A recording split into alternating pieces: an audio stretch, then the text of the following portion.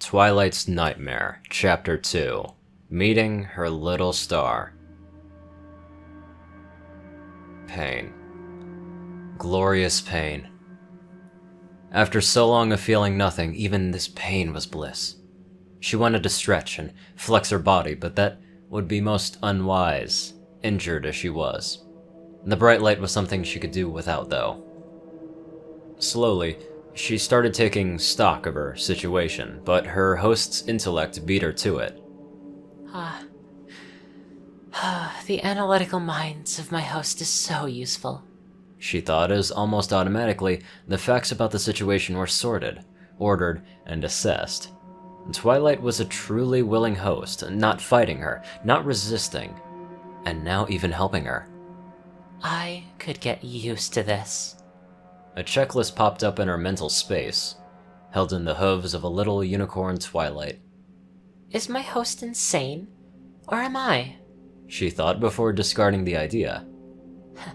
Like it mattered. Number 1, keep friends safe. Number 2, stop blood loss. Number 3, restore magic. Number 4, remove the spikes pinning her form to the altar. Number 5, restore mobility.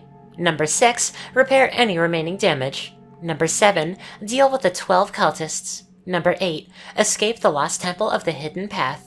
Number 9, write a report to Princess Celestia. The spirit looked at the proud and happy-seeming unicorn, her smile at being helpful, beaming. The spirit returned the happy expression. She couldn't help it. This little foal of a unicorn was cute, and seemed so utterly devoted to her. 35,027. Her host's mind informed her, the little unicorn joyfully trotting off to get an updated count on another scroll that appeared. Oh, the blood dripping. My host's mind is still counting them. That could get annoying, She thought. She looked at the unicorn she was imagining. If this little foal is going to be my mental assistant, I will have to name her. She considered for a long moment. I shall call you Little Star. The spirit spoke. Star did a little happy dance. Yes, Princess Nightmare. Joy radiating from Star's tone. Each item on the provided list had many facts and recommendations linked to them. Most of them Nightmare would ignore. She had better options. She planned on using her abilities. Most of the spells Twilight was recommending were unnecessary, and would not work without a horn. Protect her friends? That was not one she was expecting, but she should have. She was feeling generous. She was free, and her host was willing. After all, doing little things like this would keep her host happy. Happy. Twilight's mind was far too useful to give up as a resource if such simple things could keep it allied. Stopping the blood loss. Simple. In fact, items 2 through 6 could be efficiently dealt with at the same time. Deal with the cultists. Oh, she would deal with them all right.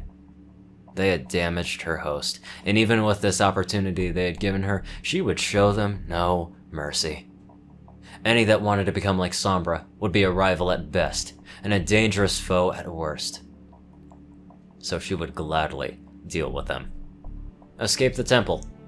The fact Twilight managed to work out where she was in the world by noting the scents in the air, the types of stone the cave was made out of, some of the markings on the walls, and many other small, almost unnoticeable details, cross-referenced with her extensive collection of knowledge. That was most impressive. Nightmare almost rejected number 9, send a report to Celestia out of hand before considering it. That would be one way to buy more time before she was discovered. She would think about it. Looking around as best as she could.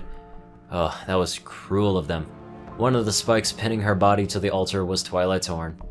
Well, pierced through the chest is not where that needs to be, but at least it's still in contact. The horn melted in the shadow made mist before creeping over her form back to its proper place, slowly solidifying once more. A gasp escaped Nightmare. Magic, unicorn magic, and all the sensations of the arcane that came with it flooded back. The world felt alive, like she was blind and now had her sight restored. A new layer of depth to reality reveled. almost as if everything had another dimension. She could feel Twilight smiling in her mind. Twilight's special talent was back. Star clapped her hooves together. That was amazing, Princess. Nightmare smirked. She could get used to being called Princess. Queen would be better, but Princess would do. Star was just so adorable. Why was that even a point she was considering? And that was just the start. Nightmare spoke. With pride, her body rippled, dissolving into a cloud of miasma, leaving the enchanted silver rods behind. Star watched with rapt attention, a new scroll hastily written upon. Nightmare felt herself relax, as lovely as any physical sensation feeling being free from the pain. She was glad to be rid of it. She must have spent a few minutes just resting, as an almost formless cloud.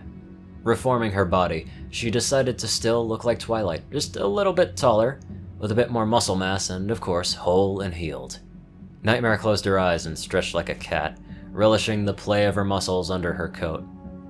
This was nice. For a bookworm, you kept your body quite fit, my host. Opening her eyes and taking her first step, her hoof splashed in her host's blood. Looking down at its red glow and feeling with her arcane senses, she could tell the sheer amount of magic here was extreme. No way was she leaving this here for her captors to use. Her horn lit with one of Luna's disintegration spells, the sensation of forming the raw power of an alicorn, even weakened and depleted, was a delight to feel. Princess. Princess. Star bounced up and down, splashing in the blood seemingly without care, waving a new scroll. Yes, my little star. Nightmare spoke, letting the light of her horn fade and trying not to seem annoyed by the interruption. Star held the imaginary scroll, so it was easier to read. Upon it was a complicated spell. A new spell. A spell that this fragment of Twilight had just invented in the last few moments. Nightmare's jaw fell open as she slowly blinked. A brand new spell based on Nightmare shadow magic the filly had just watched. That was amazing. Truth be told, as old and as powerful as the Nightmare was, she was a little intimidated by the sheer intelligence and speed of Twilight's mind, even comfortably ignoring the world in a mindscape. Little Star, the small portion of Twilight, still paid attention to the real world, and was still tracking, analyzing, committing everything to Twilight's perfect memory, and had just invented a new spell.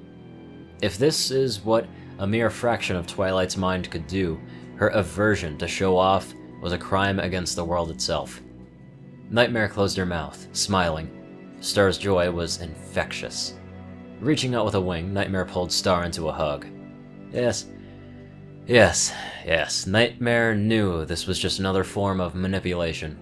To keep both Star and Twilight content, but so far the results were more than worth the effort. And yes, she could not deny it, being looked up to. Having willing physical contact. Even the simple hug were both pleasant side effects. Studying the scroll, Nightmare smirked. Oh, this is excellent. If she were reading the spell right, the spell would be able to reclaim much of the power from the blood and shape the rest into solid, useful forms to take with her. How did Twilight know of a Bloodblade spell, let alone worked out how to cross it with a hybrid spell mixing parts of Nightmare's miasma form? A magic redirecting shield and a vampiric healing spell? What was her sister teaching Twilight? Or did she learn that spell from one of the many times she snuck into forbidden parts of the archives? Given she could not remember watching Twilight learn it, it must have happened before her return from the moon. My, what a dark past you must have had, Twilight. Star nuzzled Nightmare. Did I do well, Princess? Yes. Yes, you most certainly did, my little star. Nightmare returned the nuzzle. It would take some time to get to grip with the spell, but until then she would permit the warm hug to continue. Nightmare blinked as she looked down at the unicorn filly under her wing, and she smiled. Under her wing, Star's warmth pressed against her coat. Wait for a minute. How am I hugging Star in the real world? How did she have blood on her hooves if she was just a mental projection? Nightmare thought in alarm. Twilight is insane, and now her insanities can manifest because of my abilities. That cold thought rampaged through Nightmare's mind.